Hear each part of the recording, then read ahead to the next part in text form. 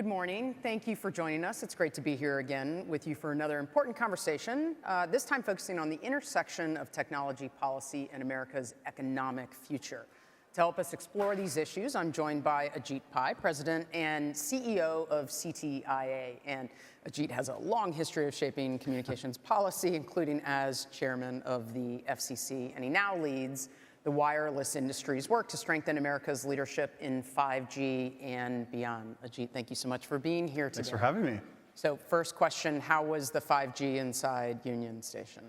It was a little touch and go in the green room, but our members are on it. And I'm glad to say that here, at least, I was able to pull up a few tweets about Senator Cruz's remarks, Chairman Carr's remarks earlier. So I think we're in good shape. That's fabulous. So serious question, though. Now, U.S. data usage has doubled in just the past 2 years. What are some of the main catalysts that are driving that growth? It's a great question. I think it's driven by both the consumer and the enterprise side. And on the consumer side, I think all of us have these smartphones almost surgically implanted on our arms now. We're using them for all types of different applications and services. Speaking personally, I use them for AI. I was recently in Japan, and I found myself constantly on my phone using one of my favorite AI apps for travel to figure out, okay, what's the best place to catch a train, or do you have any restaurant recommendations in Kyoto, these types of things. And writ large, that's resulted in, as you pointed out, as we found in a recent survey, 132 trillion megabytes of data that was consumed last year, which is the third consecutive year of 35% annual growth. And so all of those applications and services on the consumer side are exploding. That's just mobility. On the fixed side, fixed wireless is one of the killer apps for 5G. It is, we found over the last 18 months, 99% of new subscribers to home broadband voted with their wallets for fixed wireless. And so they're finally getting competitive choice, getting a price point and a speed that they like, and they're spending their money on fixed wireless, and that's generating a lot of data too. And on the enterprise side as well, we're seeing more and more companies start to use AI and 5G to make their operations more efficient. In fact, just today, we're out with a new report, CTIA and the National Association of Manufacturers, showing that companies are using 5G in all kinds of innovative ways to automate workflows, use robotics, train their staff with AR and VR. So I think we're just scratching the surface here, but you're already starting to see the inflection point upwards for all of this data usage. So you mentioned wireless's role in AI. Yeah. So can you talk a little bit more about how does the future of AI hinge on this improved wireless capacity?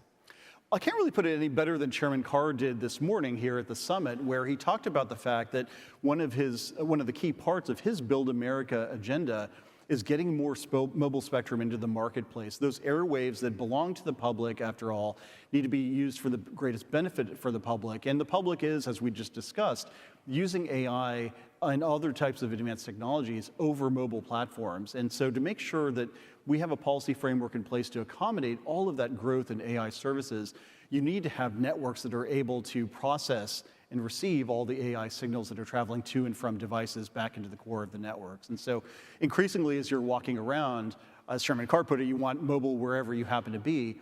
We want to make sure that the wireless industry does its part, and it has historically, to make the investments, to build the infrastructure, and to ultimately create the wireless experience that will allow AI to thrive here on our shores as opposed to other parts of the world. So if this usage trend continues, what needs to happen for the U.S. to stay ahead of the demand? I think there are some basic inputs that need to happen. There's always capital, of course, infrastructure, and spectrum. And in terms of capital, our members have put their money where their mouth is. $218 billion that have been invested since 2018, almost $30 billion just last year alone. Building a wireless network, and let alone multiple of them, it's a very capital-intensive enterprise, and our members have shown up building these networks of the future. In terms of infrastructure, just making it easier to build the towers and the cell sites, the small cells, and the other guts of the network, the tangible infrastructure that you can see. And here, too, I'm really glad to see that Chairman Carr teed up, as he mentioned this morning again, a wireless infrastructure reform package that is going to dramatically speed up the time and lower the expense of building this wireless infrastructure. It's really hard to build in the United States these days, and this is something I confronted when I had his job, is that it's one thing to say, okay, let's go build a wireless network, but when you're encountering 50 different markets in terms of the 50 states, sometimes different localities, in some areas, you might not even know who owns the land that you're looking to build on. So just getting some of those basic permitting and approval processes streamlined is going to make a big difference in terms of infrastructure. And the last one, of course, spectrum, which we've mentioned. That is the vital lifeblood of these wireless networks. And we'd reached a bit of a hinge point in recent years. The FCC's auction authority had lapsed. The FCC wasn't holding any new spectrum auctions anymore. That ship has been righted thanks in part to President Trump's leadership, Senator Cruz, who was just here, chairman of the Senate Commerce Committee, House Energy and Commerce Committee Chairman Brett Guthrie.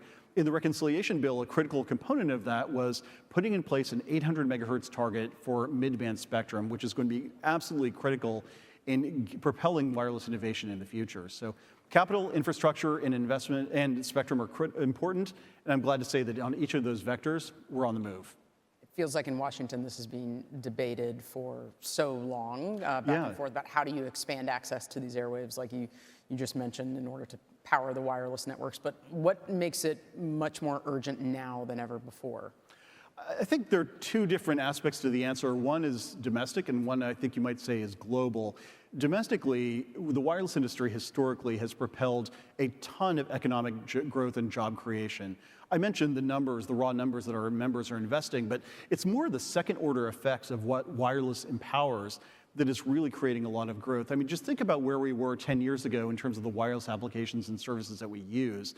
Now look at how we use them today. I mean, just a dramatic increase in our own lives. I'm sure everybody has plenty of anecdotes along those lines.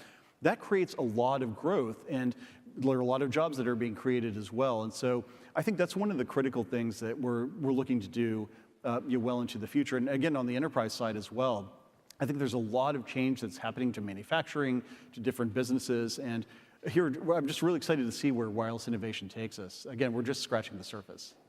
Other countries, especially major global players like China, are moving aggressively to position their industries for this next generation wireless. So why does leading future generations of wireless matter to all of the topics that we're discussing here today? Yeah, it's a great question. So I mentioned the domestic side of the ledger. The global side is that the United States wants to be in the lead for technology. And I know that we often trot that out as sort of a shibboleth that we've all grown up with. Oh, we want the U.S. to be in the lead, and we've heard it here today as well. And I certainly want that, not just as head of CTIA, but as a U.S. citizen. But it's because of all of the different things that flow from that. It's hard to remember now because technology proceeds so quickly, but if you go back 15 years or so, when we were at the dawn of 4G, when I became an FCC commissioner, the United States had 4% of the world's population and some 50% of the world's LTE connections. And that wasn't an accident. It's because we put in place the policy framework to allow companies to innovate and invest. And you saw the results of that. It wasn't just the fact that we had LTE connections. It was that we now had, with the introduction of the smartphone, a mobile app economy that grew on top of that mobile platform, and we became the haven for investment and innovation. A lot of talent started setting up shop here in the United States because they perceived correctly that this was the best place to do wireless work. And we want that to be the case in 5G and 6G and successor technologies as well. But it's obviously not a gimme. I think we've all become accustomed, many of us of a certain age, that America's trajectory is just naturally going to be upwards. But it's a competitive environment, and China in particular, which you mentioned, has placed a priority and dominance in all of these different technological sectors, AI and 5G included.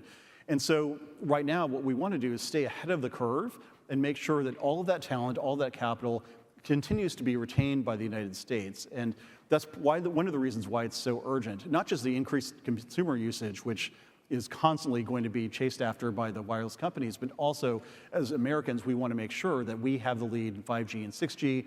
We are setting the standards, we are creating the applications that are going to make the wireless future one that is much more aligned with our values and the values of those who are aligned with us. So what steps do you think that policymakers need to take to keep that upward trajectory in order to enable our networks and also our economies to be ready for what comes next? I think some of it is what you've already seen in the reconciliation bill, Congress giving the administration direction. We want an 800 megahertz target. We want these bands auctioned within a certain time frame. Here, FCC, we are reestablishing auction authority to you. One of the most successful government programs in history, which has generated hundreds of billions of dollars in revenue for the U.S. government and untold benefits for the American consumer was allowed to lapse just 2 years ago. So Congress reestablished that, and the president endorsed it twice during the negotiations by putting out a statement that he wanted the United States to lead in wireless. Now it's incumbent on the executive branch and the independent agencies, in particular the FCC, to take those instructions from Congress in the reconciliation bill and run with it. And Chairman Carr has been a leader from his earliest days, talking about the need for forward-thinking spectrum policy. He talked this morning about the C-band auction, which is a continuation of the work that was done during the first administration. He talked about other different bands that are under consideration. So that blueprint for success that we had in the first Trump administration, where the FCC, led by everyone's favorite former FCC chairman, conducted a lot of groundbreaking spectrum auctions, got across the finish line an unprecedented amount of spectrum. And it was just a tremendous success. And it wasn't easy to do. There were often many incumbents or many other private stakeholders who raised this or that concern. But if you look back at that record of accomplishment, it really put the United States in the lead. By the time I left government in January 2021, the US was #1 in the world in terms of 5G availability, and China was a distant 11th. Now that's reversed. China is in the lead, and we are third by most measures. We, of course, want to right that ship, and I'm confident with President Trump, Chairman Carr, Senator Cruz, and others, we do have the leaders in place to be able to do that. Unfortunately, that's all the time we have today, but I suppose as a former chairman, you're able to pick favorites in that way. But Ajit, thank you so much for your time and insights today. It was really great to hear from you, and a big thank you to CTIA for their support in today's conversation and summit. Thank you, Kelly, and thanks to all of you. Thank you very much.